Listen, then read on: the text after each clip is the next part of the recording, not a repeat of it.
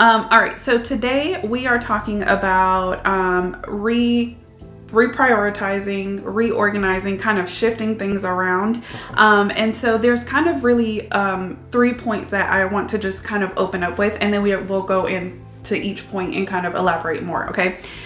So point number 1 is going to be assess paycheck ratios. If you don't know what if nothing comes to mind, that's okay. We're about to talk about it. Point number 2 is going to be planning for what we would call priority or large expenses, right? So we're going to talk about why it's important to prioritize rent and mortgage. Like, it makes sense, right? Even from a worldly perspective. But how does that being a priority affect how I'm going to budget and what plan I'm going to put in place? Sure. And then the last point we're going to talk about is just why. Like, why are these 2 steps really important before we get to like the full action plan? So let's start with 1, which is assessing our paycheck ratios. Do you want to kick off with something, or do you want me to just kind of from a high level talk about the points that we have? The paycheck ratios, as y'all heard me say, and I echo it again, that living paycheck to paycheck is an issue. And one thing that you can do, again, it's very rare that we would suggest an income change, increase, or whatever, because there's a lot of things that you can do that can change your paycheck to paycheck situation without increasing your income. So this is one of the things where we talk about the paycheck ratio, where you know what your income is and you also know what your expenses are. And so first thing that we look at is making sure that you have a well-balanced amount of income and expenses, so that you don't have everything coming out in the first check. Mm-hmm. And because there are ways that you can either you can carry money over to the next check, or you can save money for another check, or you can change your expenses, because a lot of these companies allow you to change your due date. You have control. They have like 3 different due dates. You can have it come out in the beginning, the middle, or the end. And since you do have that option and that control, you now can decide this expense that's coming out on the 3rd. I have mortgage, and some of your higher things will come out there. Hey, I might want to move this expense to the end of the month, and now you can easily, by doing a few switches like that, you can go from being in the red or going paycheck to paycheck in the beginning of the month to now it's well balanced, and it's like I have some left over in the first check, and now I can, move that to the second check. And also, so that's one of the things that we like to do, is take your expenses and see if there is a way to even it out, so that you don't have 75% of your expenses coming out on the first check, and you only have 25 or the remaining coming out on the second. And just something simple like that can relieve pressure from, I got paid Friday and Saturday, I'm having to use a credit card for something, and then that's where we're going to turn into that cycle, and now you're behind on the credit card or whatnot. And we really, again, we push credit cards, but that should not be your main source of paying stuff. The credit card is supposed to be used responsibly. We talk about that, but yeah, using balancing your income and your expenses, so that is well balanced. Yeah, so practically what that looks like, right? So we talked about kind of putting the budget together. We last episode took some things out of the budget that we decided are just not good for us. It's not worth taking, using money for that. So practically what this looks like is, next to each expense, we would want to put down, like, literally, I know one of the spreadsheets that you use literally says which paycheck it's coming out of, right? Like either the date itself, the actual due dates, but then assign it to a check, right? So that you understand when you're looking at it what that balance actually looks like. And then you're going to calculate your total expenses per paycheck, not just from a monthly perspective, right? But like you said, all right, if you're bi-weekly, which I would say, I don't know what the percentage is, most people probably are, right? To your point, am I red in the first paycheck, meaning I don't make enough income in that one check to suffice for all of the things coming out on that check, right? Is that, to your point, one of the things that you can do is see if you can move some of those due dates around. And then, basically what I said, right? Each paycheck should be in the green. If not in the green, move the due date when possible to make all paychecks green.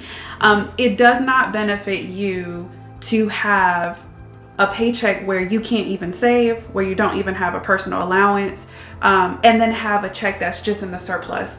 And what that reminds me of, not to get off track, is like taxes, right? Because people look forward. You always say this. People look forward to tax returns, but all it really means is that something's off with your taxes, right? Because it's money that you should have been making throughout the year that the government held on to and is now going to refund it back to you because it's yours. And so we want to get to a place where it doesn't matter when you actually get paid, right? Because everything is steady across the entire month. And that's regardless, whether it's bi-weekly, if you get paid every week. What else is there? Some people are like literally first and 15th, like if you work for certain. Yeah, they do that. Yeah. All right. So that was the first point. So point number 2 is to plan for priority or large expenses to be paid in advance. Do you want to chime in real quick, or do you want me to just... No. Okay.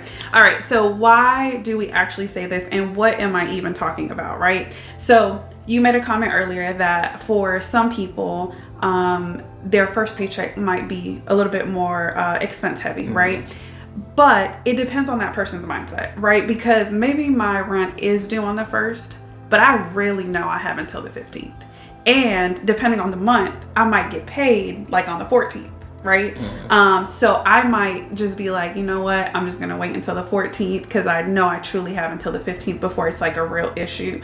And so I feel like we've seen this before where it's like, well, this is an expense that is non-negotiable, right? Like you need a place to stay, a place to live, and it's not something that you would want to get behind in, right? So we try to account for those things on the front end by saying, yes, even if technically you have until the 15th, it needs to be like a paycheck or 2 actually before that, right? Because you don't know if you might have an emergency. You don't know if your washer and your dryer, we've been there, right? Like you don't know when these things might give out, and you don't want to be in a place where it's like, well, now I either have to go to the laundromat, which there's nothing wrong with that, but when you have a washer and a dryer, you're not expecting those things, right? So you wake up one day, you're already waiting until literally the last minute to pay your mortgage or your rent, and now your washer and dryer is out, and now you have to figure out like, okay, what am I gonna do, right? And so the purpose of this is, one, let's not wait until the last minute. It's just not a good habit, right? And also, again, we're talking about that muscle where it's like, hey, this is a non-negotiable. So let's just put that money away early anyway. And if emergencies do come up or some, surprise expenses do come up, you're okay anyway, because you've already counted for those things that are non-negotiable, right? So again, this helps in case of emergencies, and it's also a safeguard to prevent essential expenses from being late. Anything you want to chime in with there? No. That's the importance of emergency fund. Like I said, if something does go out unexpectedly, you have that emergency fund there, and it shouldn't interrupt, like you say, your everyday expenses. So you should be able to take care of that emergency, and then you are going to build that emergency fund back up throughout the course of however long it takes you, weeks, months. Depending on everybody's case is different on what you can put back into the emergency fund. But yeah, that's great. And the purpose of the emergency fund. Yeah. So practically how you do this is, again, when possible, move expenses to an earlier paycheck. So anything that, even a car payment, I would say is one of those. If you have a car payment, it should be one of those that you consider. Like if you're paying it right now last minute to the point where sometimes it's a couple of days late, even if it's okay with the bank, what we're trying to say is it shouldn't be okay with you, right? So again, you are taking control of your finances, and it starts with your mindset. So let's not wait until the last possible day to pay some of these things, right? So when we are rearranging and reprioritizing, take those non-negotiable expenses, probably rent, like we said, maybe a car payment, anything like, if you have kids that go to daycare, or, those things that are just non-negotiables and you have to pay anyway, move them up. Move them up if you can. Let's not put ourselves in a situation where I don't know if I have enough for my child's daycare, anything like that. And again, one of the other recommendations is, and maybe you can speak to this if you have anything, is splitting expenses over several paychecks. So you may not actually, I think you called it like carrying over or something like that in the beginning when we opened up. But whatever it takes, right? If your mortgage alone, right, is more than what you make in one paycheck, then we need to start pulling a little bit of mortgage money from the prior 3-4 paychecks, whatever it takes, so that every time you get paid, it's healthy.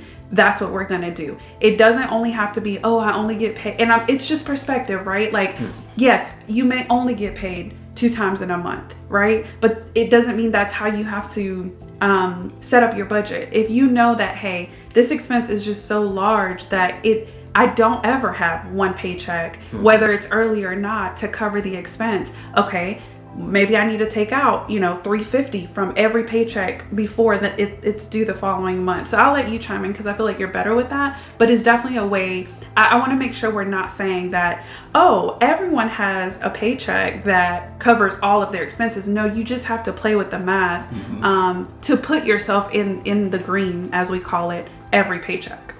Yeah, and this is where, we don't talk before, and this is why a lot of people give up on budgets, because there are a lot of budgets out there, and it's like a one fit all type thing, and that is not the case when it comes to budgets, because everybody's case is different. Your expenses are different, your income is different, when you get paid, all of that is different. So this is where your budget have to be crafted for you and tailor-made just for you, unique to your situation. And yeah, we actually have done this with clients where, like we say, mortgage is one of the big expenses where, yeah, not everybody have you're gonna make a check that is gonna cover your entire mortgage. So what we'll do is, again, craft the budget to put us a month in advance, and then what you will start doing is splitting that mortgage, and you would take half of it in one check, and then you will take or craft your budget that you're taking half in one check and the other half in the second check. And then by doing that, now you're gonna set up a cycle where you're always ready on the first or whenever that is due. You're always like a month ahead. Yeah. And yeah, like we said, it's a budget has to be tailor-made, and it works for everybody. Like a budget, everybody should have a budget, but again, just be careful with trying to Google and trying to do one method that is one method is not going to work for everybody. And they might do something where it'll work for 80% of people, but we know that there are some special cases out there where, yeah, this type of budget or method is not going to work for you, and you need to have a specially tailored budget just for you. And that's where something you got to get, like I said, get crafted with the numbers. And it's still possible to do it, to make that budget work, doing things like that for those large expenses. Yep. All right. And then our last point is really why, right? Like, what is the goal with the 2 points that we made prior? So the first one was to assess your ratios, how much you're actually bringing in per paycheck versus how much is going out for that specific paycheck. And then what was the second one? The second one was planning for priority expenses in advance, right? So why?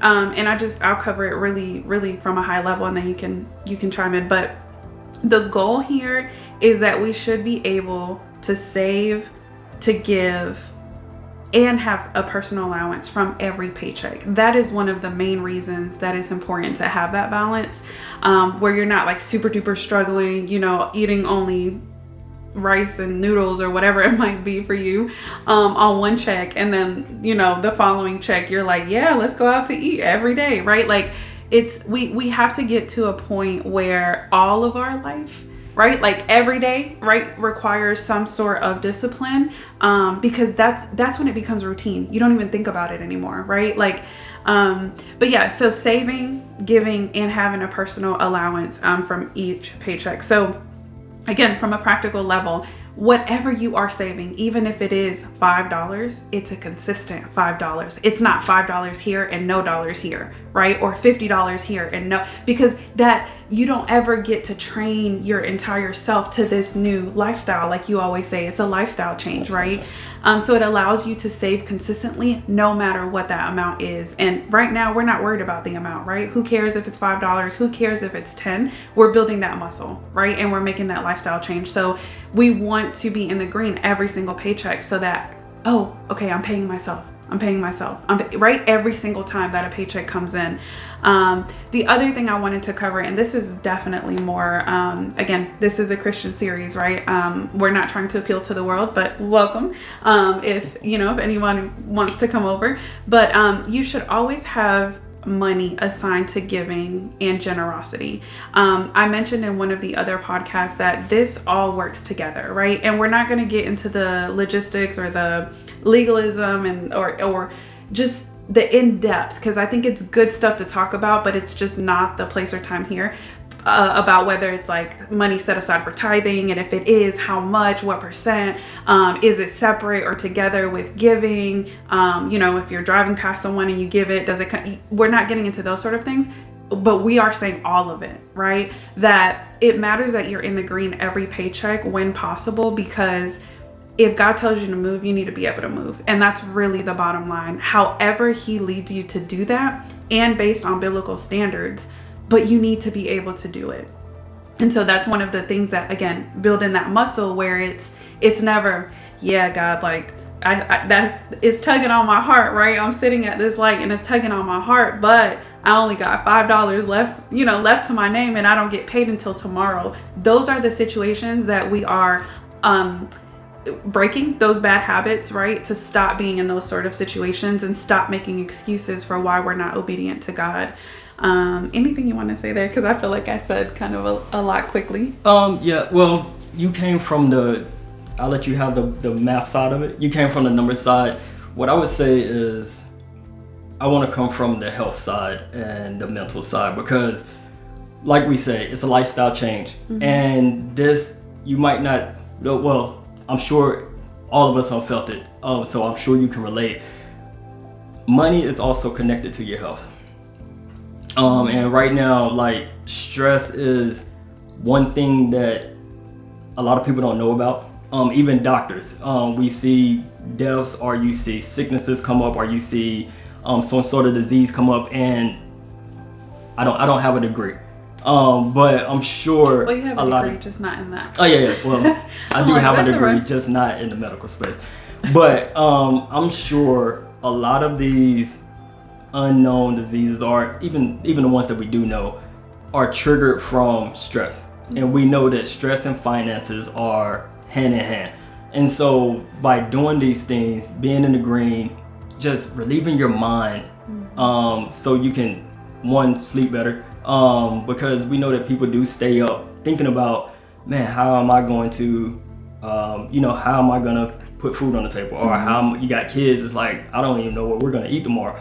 Or how I'm gonna pay my car, or hey, I'm two rents behind on, I might get an eviction notice tomorrow. Like, so we want, by doing these things, you can relieve yourself, which will also help your physical health, and we can hopefully help your body relieve it, or so that you don't get so stressed out. Because like I said, we know stress affects aging, it affects your weight, it affects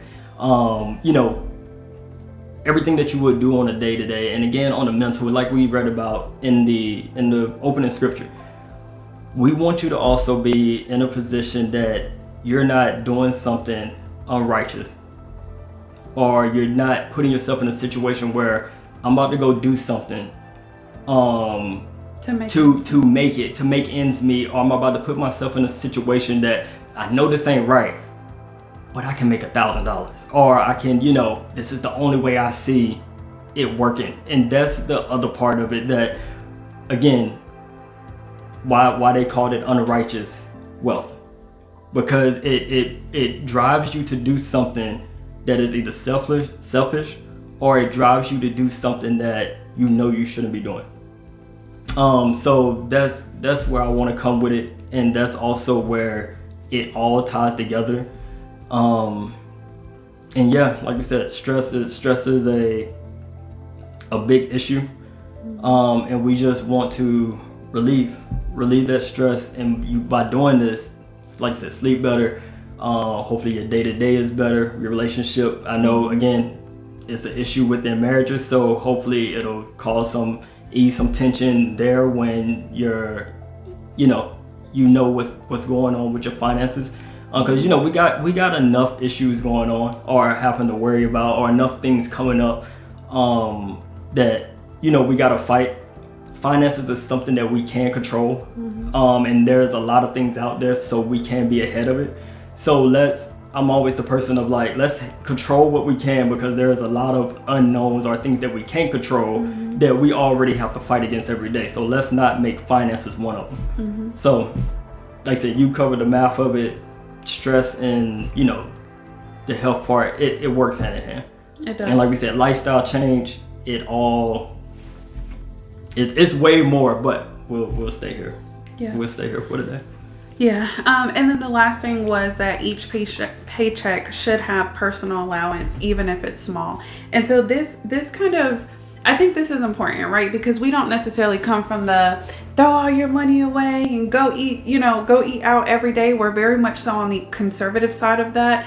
But this is also for your benefit, even in a practical way, right? Like we've talked about the spiritual gain and building this muscle and building this discipline, but also from a very practical perspective, like it is okay for you to have money set aside for the things that you enjoy, right? And so, we always go back to the Starbucks drinks just because it's something that's like super, just common right now. But if you enjoy Starbucks, the fact that like there's always money set aside for that, if that's what you choose to spend it on, right? It's enjoyment, and that's okay, and that's a good thing, right? And we talked about even last time on a way different, in a way different way, that this walk, there is, I don't know if people see it this way, but I feel like we know that this walk, there is enjoyment in it. There is, you look every day and it's just like, dang Lord, I see what you're doing. I see how you're growing me. I see, and it's just like, he wants us, God does not call, just because you're a Christian, I don't care what the world says, right? You are not supposed to be here just to be miserable every single day. Now you should be heavenly minded, kingdom minded, right? In all things. So when I'm at work, what's my real mission? I'm here doing X thing, but what's my real mission? Who needs to hear about Jesus, right? But also God, there's that scripture that says how much more, right? If you earthly fathers or parents can give good gifts, how much more, I being heavenly, and just thinking about God and how perfect and everything that he is, he wants us to also enjoy this, right? Walk with me. There's so much in that I want to give you and show you. And so that's probably a really in-depth way to basically just say, we want you to have a little bit of free money, what we call a personal allowance, every single paycheck. Again, just like the savings, doesn't matter if it's 5, 10, 50, right? But just to know that if you want X thing today, I can, within my budget, right, and within my personal allowance that I've already put a cap on, I can go do that. That matters. This is not supposed to be a miserable journey at all. So I don't know. I was just gonna say, we're talking about the small things right now as far as a daily allowance and Starbucks and all that, and I'm sure we're probably gonna, hopefully it's on the schedule, I don't know. Yeah. But we also in my rubric of what I go over with clients, there is we do a short-term and long-term goals, and I'm a firm believer on vacations. Vacations is something that you should take, because you should take breaks, and you should, I call it true family time. And but with that vacation, not to go just charge it up on a credit card, but how to properly save so that you can have a vacation and you don't have to worry about, while you're on vacation, I got $2,000 that I gotta, I can't even enjoy the vacation because my mind is, and even while we're here, no, we're just gonna stay in the room because we already gonna spend $2,000. So you can't even fully enjoy, not to get too much into it, because I know we'll probably talk about that at some point, but that, like you said, enjoying and really, like I said, it's not boring. we're not called not to do those things, but there are ways that we can do it and the responsible ways to do it. So again, from vacations to true family time, because the Bible does talk about family and kids and everything, and all of those things. So I'm sure that'll be on the schedule at some point. Yep. All right, so that's really all we have. So again, we've covered a couple things. This was rearranging and prioritizing, and the next episode we'll talk about saving and kind of how to try to create a savings when it seems a bit difficult to see it. Okay. Awesome.